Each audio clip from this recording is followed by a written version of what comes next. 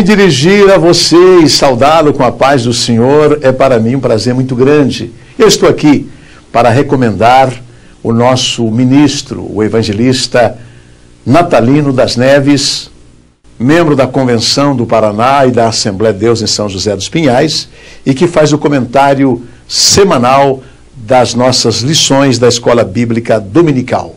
Caro professor, eu recomendo, assista com atenção a aula desta semana. Veja aí que preciosidade e tenha uma boa aula no próximo domingo.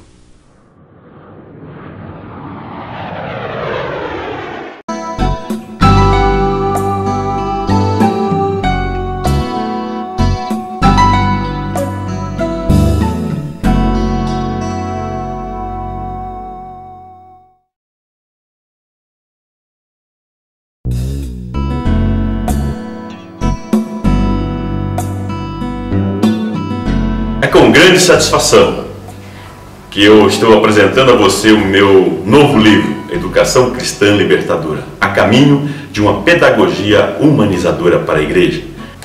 O livro já está disponível na livraria Saraiva, você já pode comprar pela internet e nas principais livrarias evangélicas do nosso país. E você poderá acessar na internet, no site da Saraiva, vou deixar aí para você na legenda, você poderá acessar e adquirir este livro. E aqueles que são da região metropolitana de Curitiba, se eu tiver dificuldade, poderá entrar em contato comigo e também adquirir esse livro. Nós temos também na MP, ali no Hour, do Everton Schaeffer, que ele também tem disponível já alguns exemplares desse livro, você poderá adquirir. Ali você não tem estacionamento, quer fugir do estacionamento do centro, vai ter ali na NP e pode adquirir o livro. Ou aqueles que tiverem mais acesso comigo, poderão adquirir diretamente comigo. Esse livro, Educação Cristã Libertadora, é fruto da dissertação do meu mestrado, que eu concluí em 2010, que trata sobre o papel da educação na formação do ser humano. Neste livro, no primeiro capítulo, eu faço uma abordagem, uma releitura do livro de Jó, fazendo uma análise de conteúdo dos discursos que estão presentes principalmente nos 3 primeiros amigos de Jó, que vão visitá-lo, e no discurso de Jó, para demonstrar que por trás dos discursos de Jó e de seus amigos, há toda uma questão teológica. Principalmente nos amigos de Jó, nós vemos que existe uma influência da teologia sapiencial da época, que defendia a teologia da retribuição, que é um protótipo da teologia da prosperidade dos nossos dias.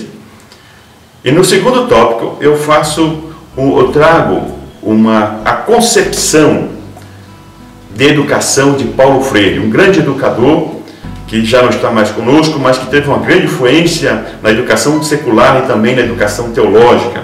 E ele traz principalmente 2 conceitos que são muito importantes: a educação bancária, ou que seja, aquele que é tido o aluno educando como um simples recipiente que recebe conteúdo sem questionamento, e a educação libertadora, que leva a pessoa a perceber a sua própria situação, muitas vezes de opressão, e superar e ter uma liberdade através desse ensino, um ensino que conduz à liberdade.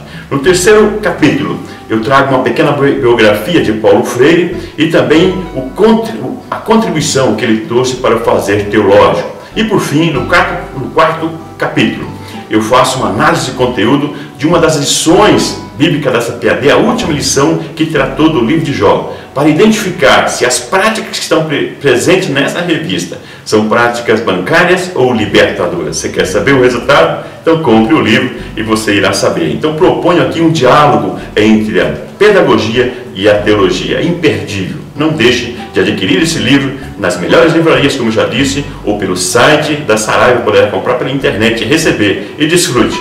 Porque esse livro, o propósito dele é contribuir para que as pessoas tenham um senso mais crítico sobre o papel da educação na formação do ser humano. E nesse caso, em especial, a educação cristã, que deve levar as pessoas para uma liberdade e não para uma opressão. Muito obrigado. Desde já agradeço pelo seu apoio.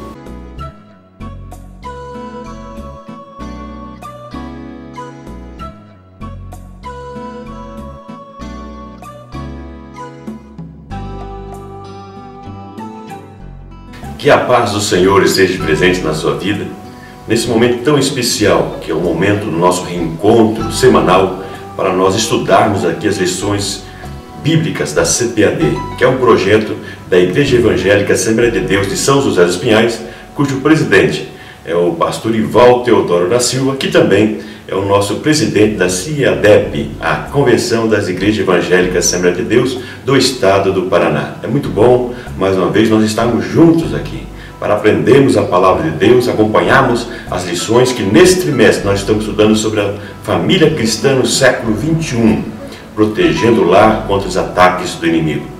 E nesta lição que nós vamos estudar, nessa semana, é a lição de número 6, que tem por título A Infidelidade Conjugal. Diferente dos demais vídeos, nesta lição eu estarei postando 2 vídeos para você, a parte 1 e a parte 2. Essa é a parte 1, onde nós vamos acompanhar até o primeiro tópico da lição, e a parte 2, depois você continua assistindo e você poderá acompanhar o restante da lição. Nós temos como texto áureo para essa lição o Provérbios 6:32, que diz: o que adultera com uma mulher é falto de entendimento e destrói a alma o que tal faz. Então, trazendo aqui no livro de Provérbios uma orientação, uma advertência que aquele que comete adultério, falta-lhe entendimento, o entendimento segundo o Espírito Santo de Deus. A verdade prática diz assim: a infidelidade conjugal traz sérias consequências a toda a família. Por isso, Deus abomina tal prática. Então, é o que nós vamos estudar nessa lição, quais são as consequências que traz o adultério, não somente para o casal, mas também para toda a família. A leitura bíblica em classe se encontra em Provérbios capítulo 5, verso 1 a 5 e Mateus capítulo 5, do verso 27 ao 28. Leitura diária sugerida pela lição bíblica. Na segunda-feira, Mateus 19:6, Deus ajuntou, não separe o homem. Aqui é quando Jesus é questionado sobre a permissão que foi dada por Moisés para o divórcio, para a separação. Nós vamos ter uma lição específica que fala sobre divórcio, que é a próxima lição. Fique atento, acompanhe esse assunto, que é um assunto polêmico. Na terça-feira, Efésios 5, 25 a 28. Amor e fidelidade à esposa. Aqui eu venho aqui, então, a obrigação do esposo de amar, aquele amor sacrificial que nós já estudamos em lições anteriores. Na quarta-feira, aos Efésios 5, 22 a 24, submissão e fidelidade ao esposo. Aqui, a obrigação da esposa, mas como nós já vimos, essa submissão e fidelidade não é no sentido opressivo, né, do marido para com a esposa, mas é uma submissão conforme a igreja também é submissa a Jesus, que ama a sua igreja e não a expõe e não a oprime. A quinta-feira, aos Efésios 6 e 11, as astutas ciladas do diabo. Então nós vemos aqui como combater então as astutas ciladas do diabo ou do adversário que tenta nos destruir, matar, roubar e destruir. Na sexta-feira, a sugestão é Mateus 26 e 41. Vigiai e orai. É uma aplicação aqui para vigiar, né? O texto que Jesus falou para os seus discípulos no casamento, na relação conjugal.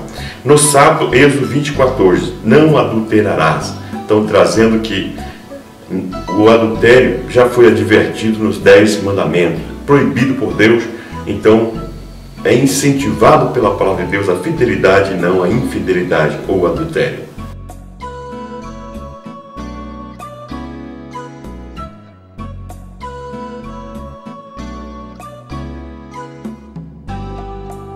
Os objetivos propostos pelo autor ou pela lição bíblica da CPAD é que, após a aula, o aluno, a aluna, deverá estar apto a reconhecer que o adultério é um grave pecado, elencar as consequências da infidelidade conjugal, tanto para o casal como para a família, e pontuar alguns conselhos preventivos contra a infidelidade. Quais são os conselhos que nós podemos tirar dos textos bíblicos em relação à infidelidade?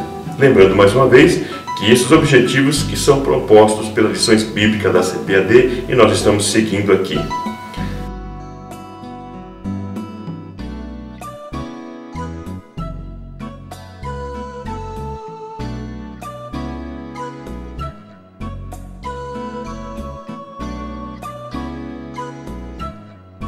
a introdução da lição. Infidelidade conjugal é visto por muitas pessoas como algo aceitável, uma atitude normal e aceitável. Nós vemos que pela sociedade, no momento em que nós vivemos, e a influência da mídia principalmente, nós vemos que a infidelidade conjugal já não tem sido tratado como antes, por muitas áreas da sociedade, por muitas pessoas. Essa cultura tem influenciado alguns cristãos. Então nós vemos que essa conduta, na cultura que nós estamos inseridos, muitas vezes influencia a vida de cristãos, pessoas que frequentam a igreja, mas que por determinado momento, por certa influência, começa a questionar. Assim também como o primeiro casal, nós já vimos em lições anteriores, começou a questionar e duvidar da palavra de Deus e entender que certas coisas já não tem problema. Entretanto, os mandamentos divinos permanecem o mesmo, ele não muda. A lei de Deus, o mandamento de Deus não mudou, é o mesmo, continua o mesmo. Então o adultério continua sendo considerado pecado por Deus e continuará, porque os mandamentos divinos permanecem o mesmo, não muda.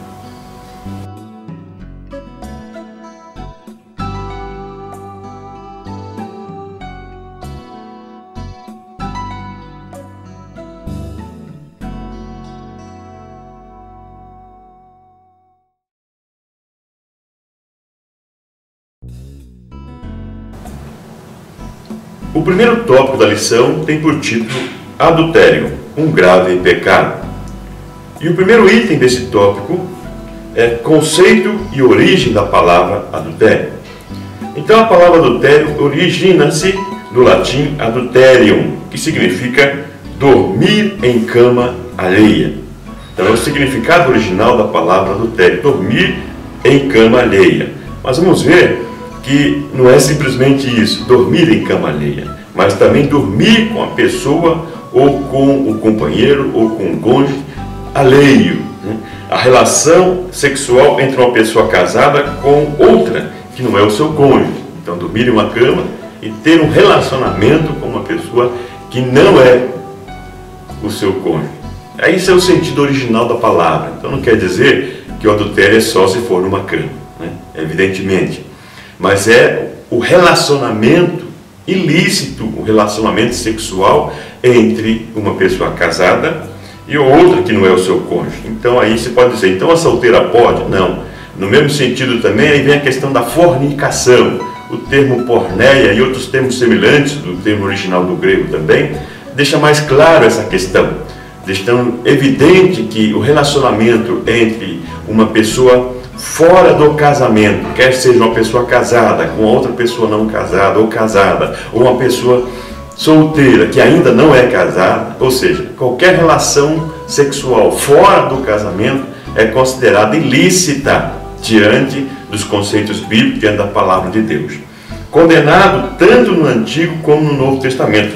Vários textos que está sendo citado aqui vai aparecer para você, que demonstram que tanto no Antigo Testamento essa era uma prática condenada pela palavra de Deus, pelo Antigo Testamento, como também no Novo Testamento nós vemos que continua sendo não aceitável essa prática, a relação ilícita, sexual, fora do casamento, para o cristão, ou para quem quer morar no céu com o Senhor, quem quer estar com o Senhor por toda a eternidade.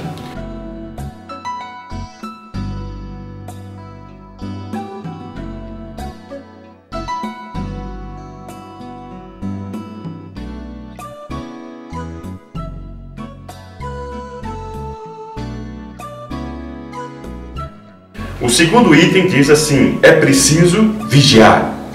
A infidelidade conjugal é um processo que tem início na mente, diz o autor da revista. Então nós vemos que a infidelidade não acontece de um dia para o outro. Isso vai sendo alimentado na mente da pessoa que quer praticar esse ato. Como lá a Epístola aos Tiago, que diz que a concupiscência é gerado no interior da pessoa, ou seja, é quando o ver, o toque, o ouvir vai influenciando e isso vai gerando na mente a intenção da prática da infidelidade. E isso vai sendo gerado. É como nós vimos na primeira lição, aquela ilustração que eu trouxe da rã que é jogada na panela fria ou na panela quente, ou colocada na panela fria aquecida debaixo do fogo, e ela acostuma-se com o ambiente, não percebe a alteração da temperatura e acaba cozida e morre. Então você, se quiser ouvir mais uma vez, volte na lição 1 e ouça com mais detalhe essa ilustração, que demonstra que as pessoas muitas vezes vão se acostumando, vão se acomodando, e certa situação vai sendo alimentada aos poucos na mente da pessoa, ao ponto de chegar ao momento em que ela verdadeiramente vai ser cozida, né, no sentido simbólico, e morta espiritualmente por causa deste pecado do adultério. Então é algo que acontece, que vai se formando, não é de uma hora para outra. Cuidado com o que vemos e pensamos, né? Salmo 101, verso 3 e Filipenses 4 e 8. Então nós temos, se o adultério é gerado a partir da mente, do pensamento, nós temos que tomar cuidado com aquilo que nós estamos alimentando a nossa mente, aquilo que nós estamos pensando e também aquilo que nós vemos, porque ao momento que você vê, você começa a ter uma ligação com a mente e levar isso a um pensamento, a um desejo que não agrada a Deus. Por isso, nós precisamos vigiar, tomar cuidado, prestar atenção nos sinais que vão aparecendo. Vigiar para não cairmos na astuta cilada do diabo. Efésios 6 e 11. E nós vemos aqui um exemplo de Davi. É um exemplo prático para nós espelharmos e não fazermos da mesma forma. Davi é aquele rei que é tido como um homem segundo o coração de Deus, que deixou dos seus compromissos, da sua obrigação diante da batalha como um rei, para ficar em casa. E em cima do telhado começa, sem ter o que fazer, a avistar, olhar, e avistou Betseba. E nós vemos qual foi o resultado. O adultério que ele praticou com Betseba. E consequentemente também o assassinato do seu esposo, por querer tê-la como sua esposa. E um ato mal feito conduz a um outro ato mais pior ainda. Então o cuidado que nós temos que ter, vigiar, tomar cuidado para não cairmos em tentação. Aí vem a aplicação prática. Você tem vigiado e percebido os sinais da infidelidade que está às portas, que está muitas vezes ao seu lado? Você tem olhado, observado, vigiado? É a aplicação prática desse item.